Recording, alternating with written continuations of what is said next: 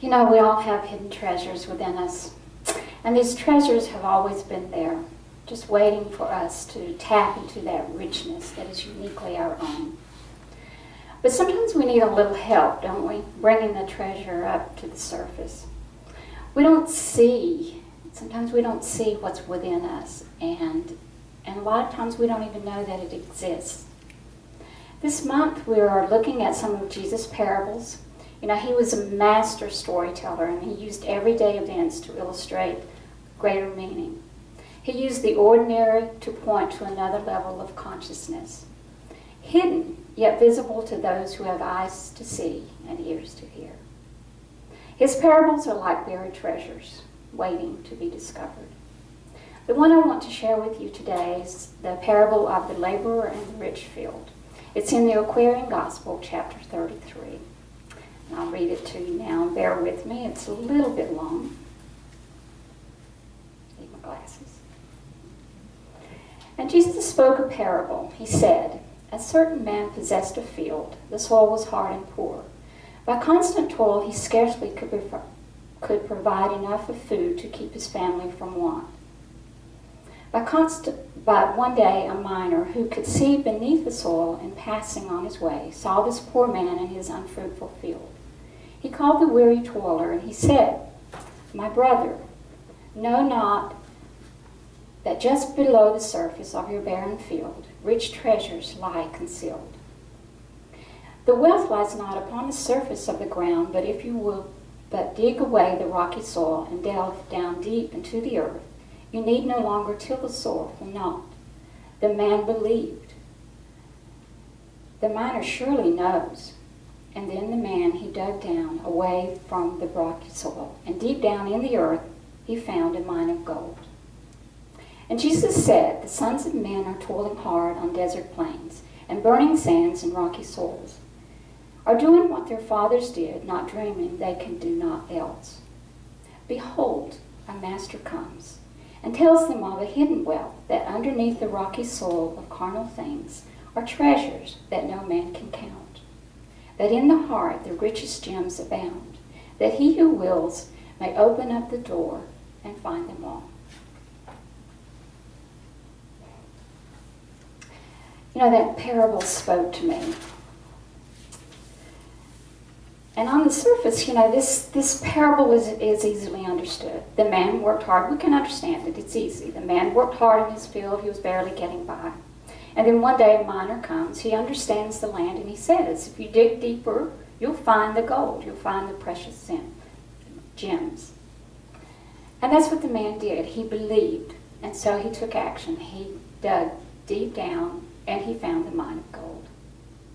There's a lot of stuff going on here, and if we look at it, there's hard work, one who can see, belief, and then we see the finding of the treasure. We get that, don't we? That's pretty easy. We work hard. We believe the master, the one who can see. And the payoff is that we find the treasure.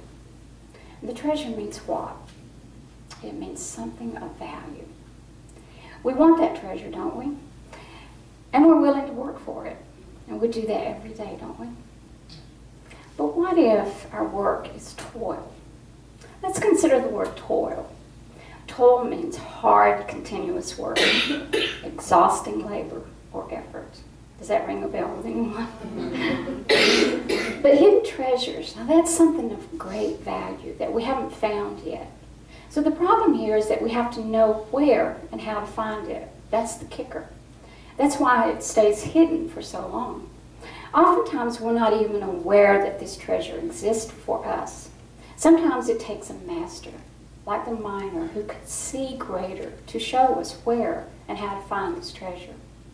Have you ever had a job where you're working hard but the pay was like, oh, no, so great? Well, when I got to thinking about this parable, I'm thinking, oh my God, this is my life. I've been doing this all my life. You see, I was born into a family of hard workers. One of my earliest memories is as a wee child standing in a chair helping do the dishes. You know, both my parents worked outside the home, and we were expected to do everything. Cleaning, cooking, yard work, you name it, we did it. And as we grew into teenagers, we had summer jobs. The money we earned wasn't for us to spend, oh no, not on ourselves. It was to save for a down payment on a car. We lived in a rural area of North Carolina and in a small town, and these towns were largely supported by textile mills.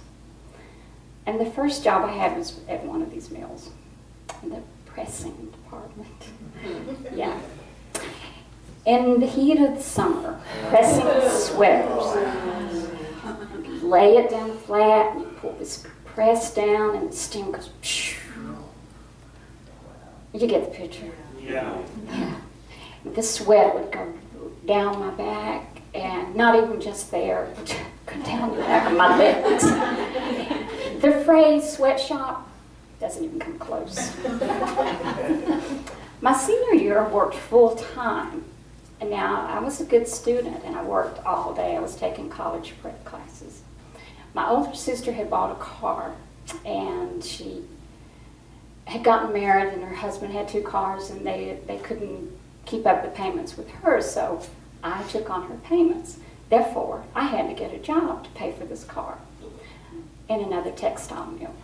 And this was at a place that was like these porcelain light fixtures, and it took this huge body strength to get these things put together. And one evening there were like 3 men that came by, and they were standing there like this. I knew, I'm toast, I'm out of here. But you know what? They didn't fire me. They just moved me to a job that I was more suitable for. And of course, I worked my way through college. I was in a 2-year program called Commercial Graphics. This program was designed to help the student get a job. So we learned a little bit of everything: design, illustration, photography, even running a press. Yes, I could run a press. So I took another job. This was a weekend shift at yet another factory. Now this place was interesting. It was a place out of Star Wars. But I have to back up. What we did there, I'm sure that you've seen it. Bless your heart, you've been in enough hospitals. The IV bags. Yeah. You know what that is? Well, these things have to be manufactured somewhere. Yes. And let me tell you, you go down these long hallways, and then you go into this room. This is what I was doing. The room is stainless steel, and it's sterile. And the bags are already, they're made there, and they get filled with solution, and they come down this conveyor belt. Yeah.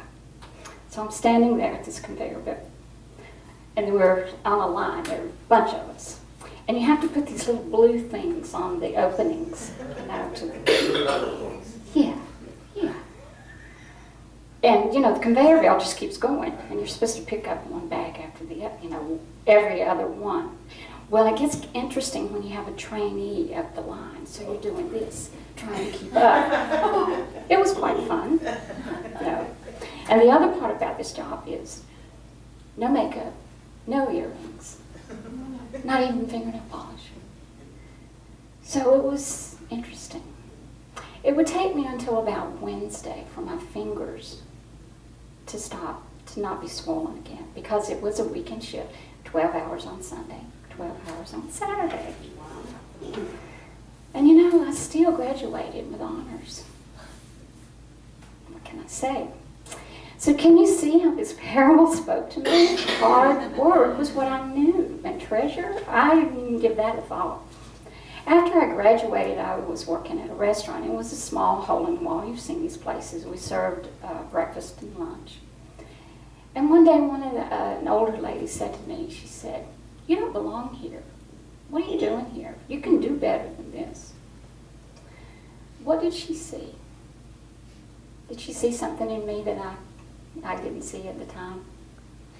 Later, I did do better. I got a job at an advertising agency doing typesetting. And for the first time in my life, my work was not hard physical labor. I was in heaven. I sat down. I used my brain. After Curve and I moved to Atlanta, I worked for a couple of other printing places. I was doing typesetting, some design work. And one day I was offered a job at a startup printing company. It was owned by a couple who had just bought a franchise, and they asked me to head up the art department. I was like, sure. I was 25, and they loved me. You know why? I was a hard worker. I would work 12 hours a day. I would work weekends. I even worked holidays. I was like, I'm here. I'm good for the long haul. Can you see a pattern going on here? The company grew, and so did the art department. At one time, we had 2 shifts. Over the years, one of the proofreaders would say to me, she was a retired school teacher, and she'd say, Bette, you don't belong here. You can do better than this. But you know, I couldn't see myself doing anything differently. These people were my family. They were family to me, and I couldn't let them down. You know, I really did love the work, and I loved the people. But you know, working like that took its toll. I started to cry on my way to work, and I wasn't happy, and I didn't know why. At that time in my life, I had shut God out. You see, I grew up with God as being angry, judgmental, and harsh. When I was a young girl, and I know you've all done this same prayer, I prayed for a normal family.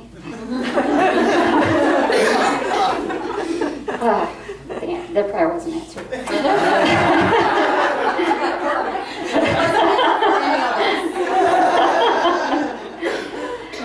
My family was far from normal. And as I got older, the family did go through some interesting times. And I didn't really stop praying, but I didn't have a good relationship with God. And I stopped going to church. I didn't go to church for over 20 years. I did start seeing a counselor. And one of the first things she said to me was, why do you work long hours? Do they require this of you? Well, no. And then she said, you know, there's always a payoff. What was my payoff? Why was I doing this? This was my choice. Was it approval, acceptance, trying to prove that I'm worthy? I was in my 3rd year of seminary when I found myself out of a job. I had stayed with this company, you know, until it finally closed its doors. But here at InterQuest, I've had a lot of support. When I came here, I was lost, but I found God here. I found that God lives in my heart, and I found that I have a great connection with God now. In the parable, Jesus said, behold, a master comes and tells them of a hidden wealth. For the first time in my life, I had no job. But you know what? God provided. All my needs, the bills were paid. My trip to Turkey was a miracle. After my grandfather had died, and it was several years later, the family decided to sell the land, and my part of the inheritance was the exact amount I needed to go to Turkey. I like to think that God and my grandfather, who was a Baptist minister, had a hand in this. They wanted me to go there. Do you think that I had finally found that vein of gold? Could it be the connection with God? Could it be that simple? So why are these hidden treasures so hard to find? Well, there are many reasons. Self-judgment. We do that, don't we? Saying, I can't. I'm not good enough. We place our value in the outer. We need others to say we're valuable. Well, we don't realize that we've always been valuable. Conditioning. That's what we know. It's what we've always done. It's what our parents did. And it's familiar. It's safe. It's comfortable. We don't want to move out of that comfort zone, do we? It takes a little more effort to do that. We seek acceptance of others. We want to be accepted because we haven't accepted ourselves. We seek approval because we don't approve of ourselves. We feel unworthy because we haven't found that we are worthy simply by the virtue of being a child of God. Belief about ourselves. Sometimes what we believe about ourselves isn't really the truth, is it? We are looking to the outer for our value, our worth. when it's already within us. The parable shows us three things to finding the treasure within. One who can see, the master, and belief, and action. You know, people come and go on our life's path, and that's important for our growth. We help each other, don't we? We lift each other up and we share our lives so others can see. It's a prayer that we say for another. It's unconditional love we have for another. It's when someone says, you can do this. Their belief makes our belief stronger. One night in healing class, Patrick looked me in the eye and he said, you can do this. And we were learning inner light, and you know, I could do it. And it was exciting. Sometimes it's simply a suggestion and we go, oh, I hadn't thought of that. By changing one thought, we can change our lives. One of the things Kirby has said to me, work smarter, not harder. Although he always honored my choices, that's where the unconditional love comes in. When someone offers a gentle suggestion, maybe it's time to listen. Consider it instead of going, oh no, can't go there. Take it to your heart. Take it to God. The treasure within each of us has always been there, but sometimes it takes another person to see beyond the facade we show the world. We've all heard the phrase, can't see the forest for the trees. So why is it harder for us to see our truth, our value? Could it be we've covered it up with layers of life, even lifetimes of stuff? Layers of self-judgment, frustration, grief, fear, anger. This causes the soil of our lives to become rocky and barren. And what we're creating is hardship and heartache. Sometimes we make interesting choices, and we need a little help to finding the truth of who we really are. It's okay to ask for help, to seek the master. Last month, my nephew posted this on Facebook, and this nephew is near and dear to my heart. The day he was born, he stole my heart, and he's like my own child, probably because he's a lot like me. He works for this company. It's called IBEW, which stands for International Brotherhood of Electrical Workers. And with his permission, I want to share with you. This is what he wrote. 5 years ago, I was in and out of jail, always high, and headed to a box or prison. In July of '09, I joined the IBEW and then started my apprenticeship. In that time, I have gotten my driver's license back. I'm completely done with probation. I have a career and I go to work every day. LOL, we know what that means. I got my welding certificate 2 years ago, my city card last year, and next week I will finish my apprenticeship. I have met some great people in the IBEW and know I'm going to meet more in the future. It has been rough at times, but thanks to my brothers and sisters in the IBEW and my family and friends, I have made it. He found acceptance, support, and self-worth, and he found an outlet for his talents. You see, we don't walk alone in this world. The one who can see is always there for us. God wants us to succeed, to prosper. We came into this world programmed to succeed. The gifts within us are already in place.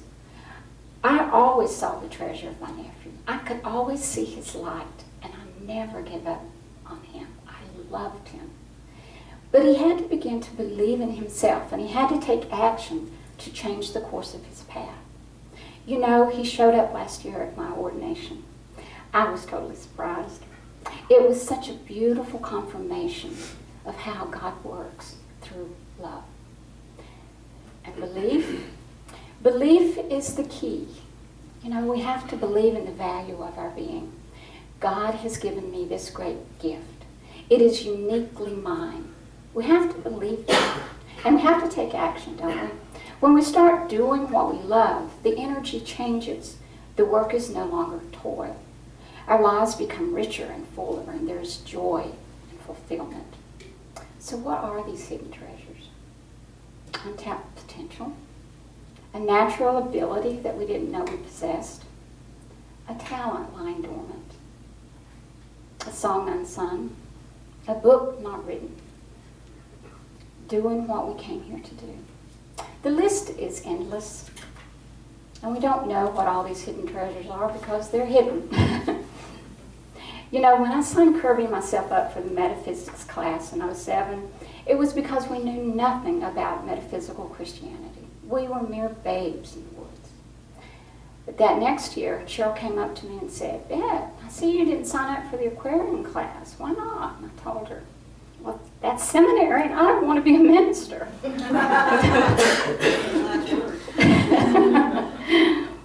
Then she said to me, "But you loved metaphysics so much, and you did great. Why don't you just sign up for the first 6 weeks?" So I did. What can I say?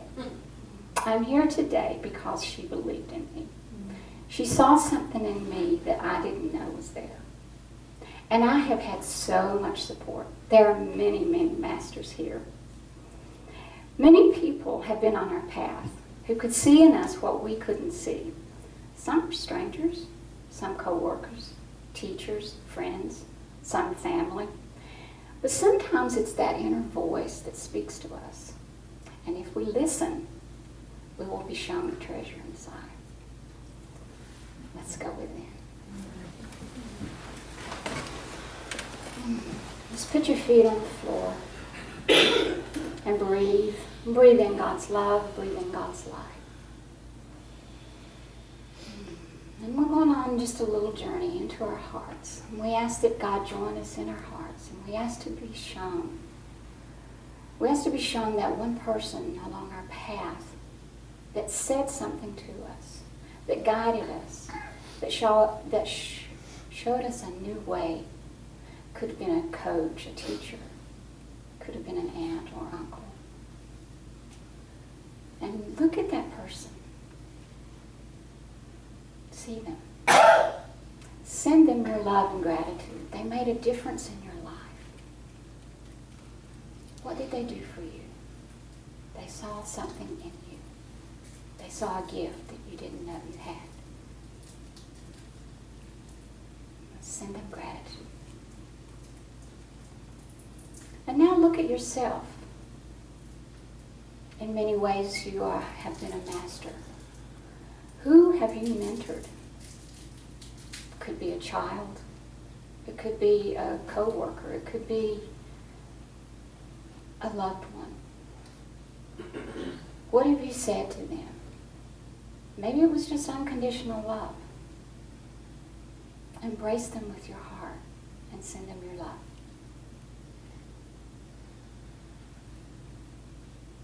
And now, let's just go a little deeper and look inside your heart. What untapped potential, what gift, what hidden treasure lies within my heart? Look around to see. What is it that I haven't seen before, God? Use those eyes. Use that higher self. See with eyes that can see. And now we ask God to reveal these treasures and give me the courage to use them, to bring them to the surface. And God bless my work. Breathe. And feel your heart expanding with light, with knowledge, with excitement. And we thank you, God, for these gifts. We thank you, God, for those on our path that showed us and shared with us their light. Breathe. And now just gently come back. Feel your feet on the floor. Feel the support beneath you. You can open your eyes. Did you see something you hadn't seen before? You know, we may be successful in many ways, but we're always evolving. We're always learning, and we're always growing. A gift should be brought to the surface and shared. As we share our treasures, we enrich our lives as well as the lives of others. Yay, God. Yay, God.